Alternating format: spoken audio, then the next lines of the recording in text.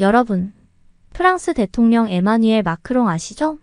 그의 부인 브리지트 마크롱은 25살 연상이고 마크롱 대통령과 브리지트 여사는 학생과 교사의 관계였다는 이야기가 나오면서 세계 언론들의 관심의 대상이었는데요. 남녀의 새로운 연애, 결혼관에 긍정적인 찬사도 있는 한편 부정적 의견도 많습니다. 최근 연애관과 결혼관을 보면 사람만 좋으면, 더 나아가 안정된 직장과 재력이 있으면 나이 차이가 무슨 대수냐 하며 꼭 연예인들만이 아닌 일반인들도 나이 차이가 많아도 맺어지는 경우도 종종 보게 되는데요. 오늘 소개해드릴 사연의 주인공 아키토 씨도 우연히 한국으로 왔다가 19살 많은 한국 남자와 만나게 된 사연인데요. 해외 커뮤니티 사이트에 화제가 된 이야기를 재구성하여 들려드립니다. 안녕하세요. 대학생 아키토라고 합니다. 지금 일본뿐 아니라 전 세계에 엄청난 한류 바람이 불고 있는 건 아시죠? 저와 제 친구들도 다를 바 없답니다. 매일 유튜브로 한국 드라마를 보고 또 K-팝 아이돌 소식도 공유하며 한국으로 꼭 유학 가고 싶다는 소망을 나누고 있습니다. 대학생 정도 되면 한국으로 자주 놀러가도 될 법도 한데 저희 집은 분위기상 한국으로 간다는 것을 엄두도 못 내고 있습니다. 바로 저희 아빠는 우익단체에 있거든요. 일본의 우익은 한마디로 보수적 우파 전체를 일컫는 말입니다. 아빠는 우익이라는 말 대신 민족파 애국자로 자칭하시기도 합니다. 아빠가 속한 단체는 정확한 역사 인식 기반이 아닌 것 같습니다만 우리 집에서는 그런 말조차 못 꺼냅니다. 평생 그런 줄 알고 열심히 일하고 가족을 챙겨오신 분이니까요. 그렇지만 제가 크면서 충돌이 잦아졌습니다. 한류에 빠져서 한국 드라마와 음악에 심취한 저를 보고 아빠는 혀끝을 쯧쯧 차셨죠. 특히 제가 아빠의 뜻에 따라 동아시아학과를 진학하면서 아빠가 가진 잘못된 역사관을 말씀드릴 때마다 학교에서 뭐 배웠냐로 시작하셔서 급기야 전공 교수님께 아이들을 똑바로 가르치라고 전화를 하실 정도였습니다. 그럴수록 부녀 사이는 골이 깊어졌습니다. 아주 그냥 지긋지긋했어요. 그러던 어느 날 제가 다니던 학교에서 한국 대학교와의 교류를 진행하면서 졸업반 학생들을 대상으로 1년간 학교를 서로 바꿔서 다닐 수 있게 교환학생을 선발한다고 했어요. 저는 한국이라는 나라도 좋았지만 무엇보다 경제적 능력을 갖출 필요 없이 아빠의 그늘에서 벗어날 수 있다는 생각에 무조건 교환학생이 되겠다고 결심했습니다. 학교에서는 3년간의 성적과 교환학생 지원서를 받아 점수를 매겨 우수 성적 순으로 10명을 뽑는다고 했습니다.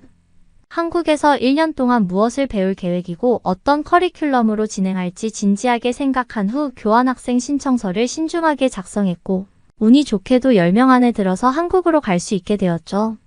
그토록 고대하던 한국이라니 저는 결정 소식을 듣자마자 친한 친구들과 함께 얼싸안고 눈물을 흘렸습니다.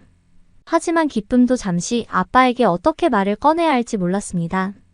최종 합격이 되기 전에 결과를 알 수 없기 때문에 굳이 말해서 긁어 부스럼을 만들고 싶지 않아 이 과정을 아빠에게 말씀드리지 않았거든요. 엄마는 괜찮다며 어차피 겪을 일이니 잘 지나가 보자고 했습니다. 예상대로 아빠는 노발대발하셨습니다. 도대체 어떻게 배워 처먹었길래 한국으로 가냐고, 그리고 한국에서 배울 게 뭐가 있냐고 하셨죠.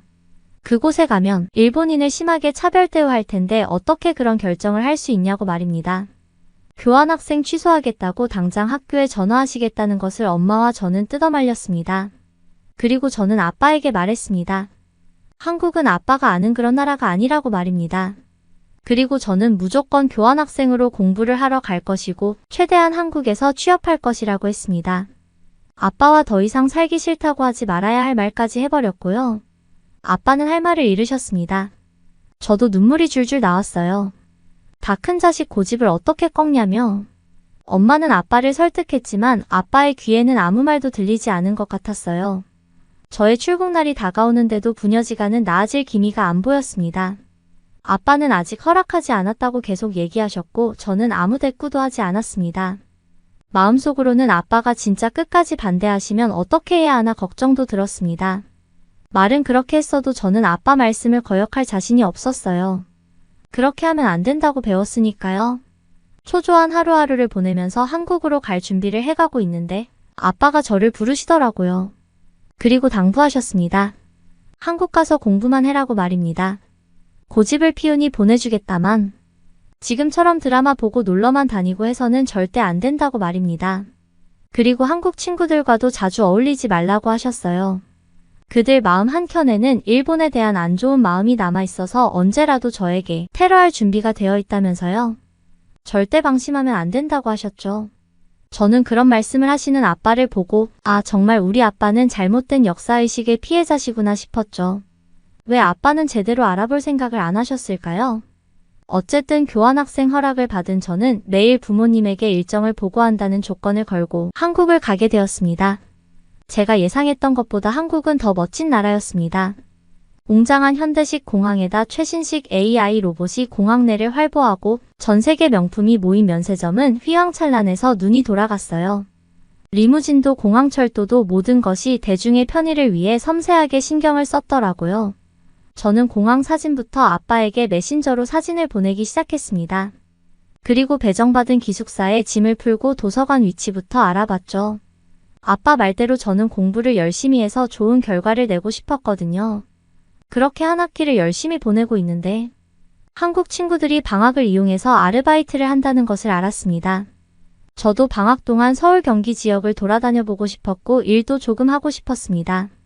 그리고 같은 과 친구인 정선이가 어학원의 강사로 일을 해보는 것을 추천했어요. 일본어 강사로 말입니다. 반학기 정도 지나는 동안 배운 한국어로 수강생들과 충분히 대화가 될 것이라고 했죠. 그렇게 전 서울에 있는 한 어학원의 단기 강사로 일을 하기 시작했고 학생들의 테스트나 보조학습이 필요할 때 돕는 일을 하게 되었습니다. 학원 원장님은 젊은 남자분이셨는데 어학뿐만 아니라 글로벌 마인드와 비즈니스 쪽에도 사업을 확장하셨어요. 원장님은 수강생들에게도 인기가 많으셨습니다. 준수한 외모, 친절한 태도, 고급스러운 매너까지 두루 갖춘 분이셨죠. 강사이자 학생인 우리의 신분에 맞게 일을 적당량으로만 주셨고 다른 어학 공부를 원하면 기꺼이 도와주셨죠. 가끔 강사들에게 식사비를 지원해 주시기도 했어요. 방학 동안 저는 원장님을 매일 보며 강사 업무를 수행했습니다. 새 학기가 시작될 때 하나 둘 강사들이 다시 학교로 복귀했지만 저는 어학원에 계속 있고 싶었습니다. 원장님이 어학원을 운영하시는 것을 돕고 싶었고 무엇보다 매일 보고 싶었기 때문입니다. 친구들과 좋은 선배들이 있었음에도 저는 원장님에게 끊임없이 인생에 대한 조언을 구했습니다. 특히 아버지와의 관계는 원장님 덕에 긍정적으로 해석할 수 있었죠. 역사 문제에 있어서 일본이 명백하게 한국에 잘못한 일이고 진심 어린 사과를 해야 하는 건 맞지만 한국에 온 그 아랫세대에게까지 나쁘게 굴 이유가 없으니 한국에서는 안심하라고 했죠. 원장님은 결혼 후 성격 차이로 이혼한 지 3년이 넘었다는 것을 알게 되었고 제가 학교를 다니면서도 오후에 어학원에서 강사 활동을 계속하게 되면서 우리 관계는 급진전을 하게 되었습니다. 원장님을 처음 만났을 때 35살 정도로 보였습니다. 네, 그는 매우 동안입니다. 실제 나이는 43살이었거든요. 저와 원장님과의 관계가 심상치 않음을 느낀 일본인 친구는 우리 관계를 보며 악평을 늘어놓았지만 한국인 친구들은 부정적인 언사보다는 긍정적인 말로 저의 선택을 존중해 주었습니다.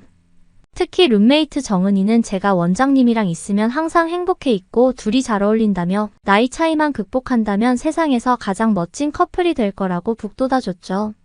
우리 관계에 대해서는 원장님도 처음엔 거부감이 있었습니다. 나이가 어려도 한참 어린 여자친구가 있는 것이 그의 정서에도 맞지 않았던 거죠. 하지만 저의 꾸준하고 바른 태도로 그에게 임하는 모습 그리고 끈질긴 구애로 못 이긴 척 넘어왔습니다. 주위에 거부감 있는 시선도 제가 다 걷어냈습니다. 원장님은 어린 여자가 왜 이렇게 당돌하냐고 했지만 아마 아빠에게 알게 모르게 배운 나만의 고집이지 않을까 싶어요. 1년의 한국 유학 생활을 마치고 저는 원장님께 일본을 잠시 다녀오겠다고 했습니다. 부모님께 딸 잘 살고 있다고 얼굴은 보여드려야 되니까요. 그 이후 같이 인사를 가자고 했죠. 한국에서 돌아온 저는 퇴근 중인 아빠를 기다렸습니다. 아빠와 또 두 번째 큰 전쟁을 치르겠구나 싶었죠. 하지만 지금의 저는 1년 전의 저와 분명 달랐습니다. 아빠의 반대는 마음이 아프지만 제 결정을 바꾸는데 영향이 없으니까요. 간만에 가족과 조용한 식사를 했습니다.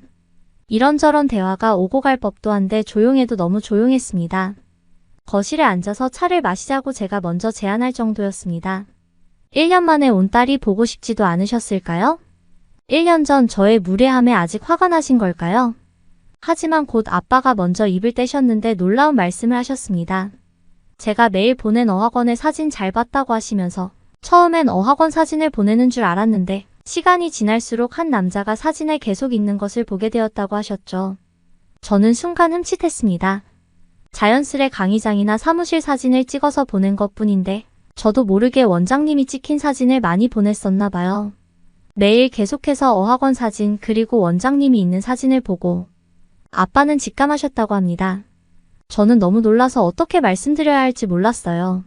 가족들이 모를 거라고 믿었습니다. 막상 아빠는 그걸 알고도 당장 전화해서 오라고 하시지도 않았다는 걸 알고 나니 갑자기 눈물이 왈칵 쏟아졌습니다.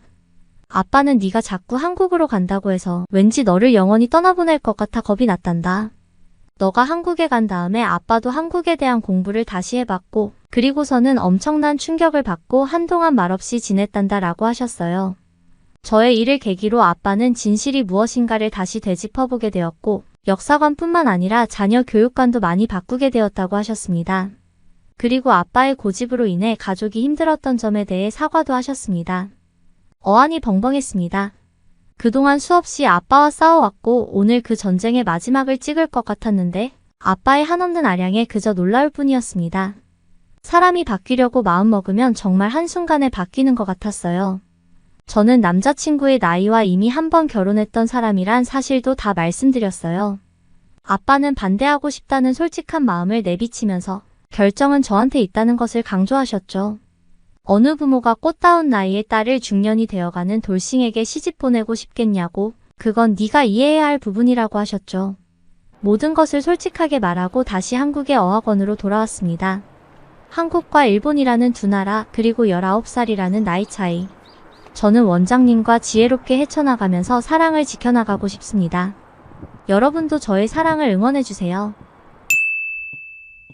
극우파 아버지 밑에서 자란 일본인 아키토 씨가 19살의 연상 남자와 사랑에 빠진 영화 같은 이야기 잘 들었습니다.